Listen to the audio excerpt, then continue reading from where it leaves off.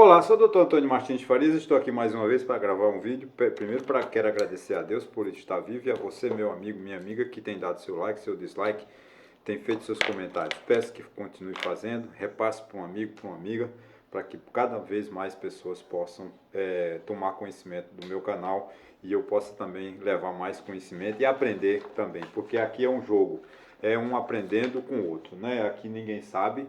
E eu não sei de nada, mas tento passar o pouco que eu sei, né? E aprender também com vocês, tá certo? Então eu quero, em primeiro lugar, deixar aqui embaixo, eu deixo o meu e-mail, deixo o meu telefone, também o meu blog. Qual é a vantagem do meu blog? O meu blog é que você lê diariamente, de segunda a sexta, sempre um artigo novo, falando sobre política, sobre economia, sobre tudo, sobretudo para nos deixar sempre atualizados, né? Para a gente não falar, a gente sempre tem um assunto novo, como é que está pensando o mundo, como é que reage o mundo diante das circunstâncias, das coisas que acontecem diariamente sobre as nossas vidas. Quero também agradecer aos 157 amigos que se inscreveram no meu canal. Tá todo mundo, estou muito feliz com esses 157 amigos e quero que eles continuem cada vez mais. Venha mais gente, né, que se inscreva. Se você ainda não se inscreveu, por favor, se inscreva no meu canal. Bom, gente, eu também quero aqui fazer um apelo, né? Você não é obrigado a assistir os meus vídeos, você não é obrigado a gostar dos meus vídeos, mas o que eu estou percebendo? A gente tem o YouTube manda uma estatística e duração dos vídeos, 3 minutos e meio, a média. Quer dizer, quem assiste os meus vídeos geralmente são mais homens do que mulheres. Está muito desigual, né? E só idade, pessoas acima de 60 anos. Tudo bem. Não, não estou aqui querendo que a juventude, mas principalmente a juventude deve se interessar, porque eu estou passando conhecimento que vai ser útil para essa juventude no futuro. E você também tem que ter a responsabilidade de assistir até o fim, porque se você só assiste 3 minutos e meio do meu vídeo, você não aprende nada. Porque enquanto eu estou, por exemplo, falando sobre o preâmbulo, vamos dizer assim, né, o prolegômeno, né, dos meus vídeos, eu levo 3 minutos. Então você tem que ter paciência de assistir 12 a 15 minutos, que meus vídeos não têm passado de 20, eu tenho procurado fazer menos de 20 minutos. 15 minutos, tudo bem, 15 tolera-se, mas eu não passo de 20. Né? Então, se você não tem tempo de assistir, você está perdendo tempo. Você não tá aprendendo. Porque o conteúdo dos meus vídeos é do quinto minuto em diante. Né? Não adianta você ficar só 3 minutos que você não vai aprender nada. Entendeu? Não visualize o meu vídeo só para me agradar. Faça para você aprender. Ok? Vamos lá, gente. Hoje eu vou falar de um assunto, porque a semana passada foi conturbada, nós já estamos vivendo as consequências políticas, né, da violência que dominou a semana passada no noticiário, né, que foi a morte do rapaz de Sergipe, numa câmara de gás, da Polícia Rodoviária Federal, e aquela chacina na favela do Complexo da Penha, que eu conheço tão bem e sei como é difícil aquela área ali, né? É uma grande realidade, a República ela só foi anunciada, mas nunca foi proclamada, né? Porque nós vivemos numa república só do ponto de vista formal, existe na lei, mas ela não é uma república na sua essência, no sentido material, né? Assim como a democracia, né? Após janeiro de 1985, com a redemocratização, né, do Brasil e promulgada a Constituição, né, nós passamos a ser um Estado democrático de direito. O que quer dizer o Estado Democrático de Direito? O Estado Democrático de Direito é que todos, inclusive o presidente da República, que é o maior cargo, o cargo mais importante do país, tem que se submeter à lei e à Constituição. Pena que o presidente Bolsonaro não reconhece isso, porque toda hora ele desrespeita a Constituição. E insinua, né, e estimula e propaga o desrespeito à Constituição, como ele fez quando aplicou, né, o indulto, que é o direito dele, previsto na Constituição, lá daquele deputado que é um mal educado, uma pessoa que não tem respeito pelo cidadão, pela cidadania. Então, quando o presidente Bolsonaro indultou ou deu graça às atitudes daquele deputado, ele desrespeitou a Constituição, porque aquele deputado não merece respeito, ele não merecia nem ser eleito, quanto mais uma graça. uma graça alcançada, né? Mas tudo bem, deixamos de lado. Não podemos distinguir pessoas. Ora, se o presidente Bolsonaro deu graça aos crimes praticados pelo deputado Daniel Silveira, do Rio de Janeiro, ele terá que dar para todos. E será que ele vai conseguir? Ontem ele acusou a imprensa de ficar ao lado de bandidos. Ele comparou aquele rapaz de Sergipe, que era um rapaz que estava apenas trafegando, cometeu uma infração, sim, estava trafegando na rodovia ou na autoestrada sem capacete. Mas a violência e a pena aplicada àquele rapaz foi exagerada. Porque ele podia, no mínimo, perder alguns pontos na sua habilitação, se tivesse, né, pagar uma multa, mas não tiraram a vida. A pena daquele rapaz foi a vida dele. Porque foi um assassinato que a polícia fez. Assim como aqueles 23 lá do Rio de Janeiro. Então a gente não vive um Estado democrático de direito, a gente não vive numa república. O que é a república? A república é de todos.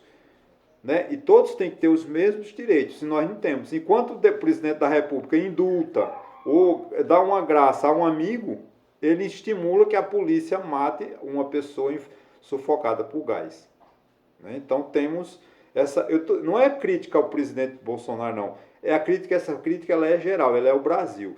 Nunca houve no Brasil uma democracia plena, absoluta, porque sempre é o caminho dos privilegiados. O Brasil é o país dos privilégios. Não temos como a gente fugir dessa realidade, né? Sempre prevaleceu, né?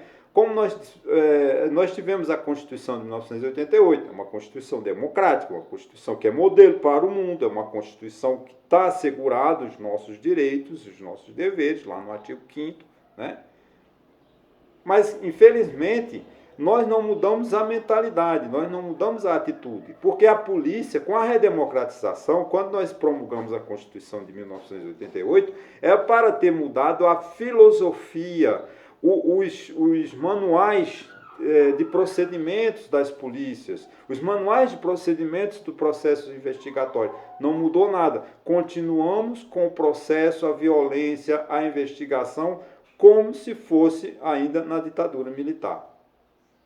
A tortura ela não foi afastada do Brasil por causa da Constituição de 1988, que veda a tortura. A tortura é um crime absurdo, abjeto, e concordo com a Constituição. Mas a mentalidade não largou a violência que foi impregnada pelo golpe de 64, que foi a tortura, a perseguição política. Pensou diferente de mim, manda para os porões da ditadura para que ele sofra as torturas que eram praticadas lá nos quartéis, né? Na Tijuca, também em Carandiru, em São Paulo, e assim, que a história hoje se encarrega. Eu não estou falando nenhum absurdo, porque eu pego esses dados nos livros de história. Né? É uma praga que isso foi herança portuguesa no Brasil, é o patrimonialismo. Grosso modo, podemos definir que patrimonialismo que é o prefeito, o vereador, o juiz, o promotor, o desembargador, o ministro de Estado, o presidente da República, achar que o Estado é dele. Não é. O Estado é do povo. O poder emana do povo e por ele será exercido através de seus representantes. Está no parágrafo 1 do artigo 1º da Constituição. Mas esse patrimonialismo, o prefeito acha que é dono, o prefeito de Itaquaritinga tem certeza que é dono de Itaquaritinga durante 8 anos, quando ele foi, né? Enquanto ele estiver exercendo o mandato, pudesse ser reeleito. Assim é o prefeito do Rio de Janeiro, o prefeito de São Paulo, assim é o governador de Pernambuco, ele acha que o dono do Estado é dele, quando não é, o Estado é do povo. Agora o povo esqueceu de cobrar esse direito, porque o povo brasileiro está omisso. Essa violência contra essa polícia, esse rapaz de Sergipe, contra aquela chacina no Rio, era para o povo estar na rua pedindo justiça. Ninguém, não se move uma palha. Todo mundo calado, todo mundo silenciado, todo mundo concordou. E aplaudiu a polícia torturar uma pessoa, um negro, com problemas mentais. Além da tortura, ele ainda foi morto, né, numa câmara de gás. Eles jogaram lá um gás para ele morrer, sufocado dentro de um camburão. E nós não fizemos nada. Amanhã, quando torturarem na rua, não podemos reclamar, porque se eu aceito lá em Sergipe, também em Pernambuco, vão fazer a mesma coisa na Paraíba, em Alagoas, no Rio de Janeiro, em São Paulo, porque o povo, né, não se cobra, o povo não se revolta. Era para o povo se revoltar. Mas, infelizmente, o povo está aplaudindo. Ah, porque é bandido. Tá bom, invadiu o morro, a favela do Rio de Janeiro para prender bandido. Sim, mas e o povo que não é bandido?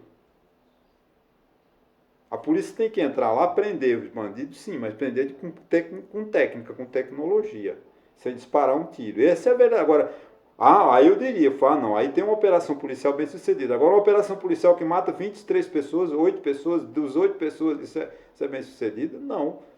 Não prendeu ninguém importante lá, o grande traficante. Matou pessoas inocentes, uns inocentes, né? Outros que não tinham nada a ver, mas... E a sociedade lava as mãos. Esse é o problema do Brasil, né? O Brasil é um país violento. Não tem como a gente fugir disso, né? O governo é violento. Ele prega a violência todo dia, né? A gente não vê o presidente da República com um discurso de paz, um discurso pacificador. É sempre a arrogância, a agressão à imprensa, a agressão às mulheres, a agressão aos jornalistas, como se isso fosse dar poderes a ele. Não, o poder está na Constituição. Ele não torna-se poderoso só porque é arrogante, porque é agressivo, porque quer a morte, quer incentivar o grupo de extermínio lá no Rio de Janeiro, praticar crime e ficar por isso mesmo. Não, a gente tem que mudar essa ideia. O brasileiro precisa de mudar essa ideia dessa violência, senão nós não vamos chegar, né, a lugar nenhum, né? Por que as favelas do Rio de Janeiro são esse caos? Pela ausência do Estado. O Estado nunca chegou lá com escola, com hospital, com iluminação pública. Não, a favela foi entregue às moscas. Aí vem o quê? Que é a ausência do Estado, o que acontece? O próprio Estado, através da sua polícia, o que disse? Vamos privatizar a segurança pública, criando as milícias. Então houve a grande perseguição ao tráfico de droga, a polícia não teve competência, porque o Estado ficou ausente, vem a milícia e diz, a gente põe a ordem nas favelas, nos bairros periféricos do Rio de Janeiro, onde o Estado não tem dá segurança, não garante. Virou a milícia, ou então esse conflito hoje entre milicianos e traficantes de droga, tem essa confusão, o Rio de Janeiro perdeu o controle, o Estado perdeu o controle sobre o Rio de Janeiro e sobre o Brasil. Porque o Brasil não tem segurança pública, não tem uma política de segurança pública no Brasil, em nenhum Estado, nem o governo federal. Isso, segurança pública tem que ser tratado com o governo federal. Porque o governo federal, o presidente da República, através de seus ministros de estados, através dos governadores e de seus secretários, é que tem condições de junto construir um programa, um projeto de segurança pública. Mas agora aqui não tem. O presidente da República não trata de segurança pública, os governadores não tratam de segurança pública, então virou é uma desordem, uma violência. E a polícia ela não é preparada, ela não deveria ser preparada para matar. Mas a polícia no Brasil ela só sabe matar, ela não sabe defender, ela só ataca. Quando a gente precisa da polícia, nós não temos. Porque o cidadão quer paz, o cidadão quer harmonia, o cidadão quer andar com tranquilidade na rua. Mas a polícia ela só sabe atacar. Então não tem como o Brasil sair dessa dicotomia, dessa desordem psicológica, social, política, se a sociedade não disser o que quer. A sociedade tem que se reunir, não vai fazer, mas o Brasil precisa de se... O povo brasileiro precisa de... Agora em outubro, nós temos eleições para todas as esferas, deputado estadual, governador, senador, né? 1/3 do Senado, 513 deputados federais, presidente da República. Nós precisamos de escolher um candidato que tenha uma certa responsabilidade. Mas ou a gente vai continuar nessa violência toda. É um país que não investe em educação, né? Ele tem como sina o fracasso, a violência. Ou a gente tem essa concepção de encontrar uma solução para acabar com essa violência. Ou até quando nós vamos aguentar todo dia 20... Gente, porque o desgaste psicológico que você pode até não sentir, porque você, não me comovo, porque o fato lá foi em Sergipe, uma cidade que eu não conheço. Mas, gente, mas aquele homem tinha família, tinha filhos, tinha netos, tinha esposa, tinha mãe, e está todo mundo chorando. As 23 famílias do Rio de Janeiro, 28 famílias, 28 vítimas, lá tem pai, tem mãe. Essas pessoas estão chorando. E a gente também tem que chorar. Não dá para a gente generalizar e dizer, eu não me comovo porque o episódio está longe. A guerra da Ucrânia é longe. Não, a guerra da Ucrânia é longe, mas os seres humanos estão sendo destruídos. E os seres humanos, nós temos 8 bilhões de pessoas no mundo, que são 8 bilhões de pessoas que nós temos uma ligação com todas elas.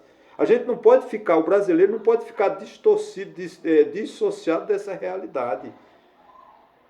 A gente precisa de compreender que o mundo é conectado hoje nas redes sociais, mas além dessa conexão, vamos dizer assim, através das redes sociais, nós temos a conexão com o planeta, com as organizações extraplanetárias.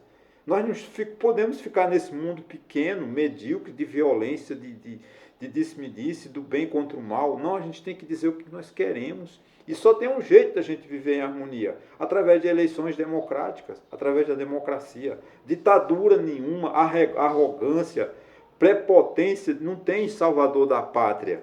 Não adianta um presidente da República ir para o palanque fazer gesto de que está atirando de metralhadora. Metralhadora não vai trazer a paz para o nosso país. A gente precisa encontrar o equilíbrio. Precisa encontrar a paz. Ou o Brasil diz o que quer, ou a confusão será generalizada. Né? Para encerrar aqui, desconectando o que eu vou dizer, mas é desconectado que eu vou terminar desconectado, mas é para refletir. Nós temos, eu estava vendo as estatísticas, que nós temos 60 milhões de brasileiros hoje trabalhando sem nenhuma proteção do INSS. Agora imagine, 60 milhões, nós temos 40 milhões de aposentados, inclusive contando comigo, que eu me aposentei agora no mês de abril. Né? Desses 40 milhões de aposentados estão garantidos. Pelo menos, e espero que o governo não deixe de pagar as aposentadorias. Está faltando pouco para ele não pagar. Né? Mas 60 milhões de pessoas que nunca contribuíram para a Previdência, não estão contribuindo, que estão fora do sistema daqui a 20, 30 anos. O que é que o governo vai fazer com esses 60 milhões de pessoas passando fome? Isso é também um tipo de violência. Então a gente tem que refletir e pensar. Eu falei que era desconectado do meu vídeo. Mas imagine o seguinte, eu falei da violência física, da agressão à polícia, da polícia, né, agredindo o cidadão, matando o cidadão, aplicando pena que não compete a polícia julgar, compete a polícia prevenir o crime, prender, descobrir o crime e o juiz julgar. Isso é o correto. A polícia previne o crime, outra investiga e apura a razão do crime e o juiz julga e condena. Aqui não, a polícia de Sergipe, a Polícia Rodoviária Federal, ela prendeu, investigou, julgou e matou. Você vê como está distorcido. Né? Então, essas 60 milhões de pessoas que vão ficar sem comida daqui a 20, 30 anos, quando eles estarão na idade de se aposentar, é um problema grave, é uma violência também. Então, a gente brasileiro precisa de refletir, pensar do que nós vamos querer para o país. Porque esses 60 milhões são nossos filhos, nossos sobrinhos, nossos netos, nossos bisnetos, e serão eles que sofrerão mais. E eu não quero que os meus descendentes, o futuro seja negado. Eu quero que eles tenham direito a ter um futuro decente, a um futuro de justiça, a um futuro onde o direito do cidadão seja respeitado. É isso que eu espero de um país, né, como o Brasil, um país jovem, um país que tem futuro, que depende do povo. Né? A gente cresceu no regime 64, não é o país do futuro. Nós depende do povo, depende do investimento em educação. Ok, gente? Olha, muito obrigado a você e até uma próxima, viu?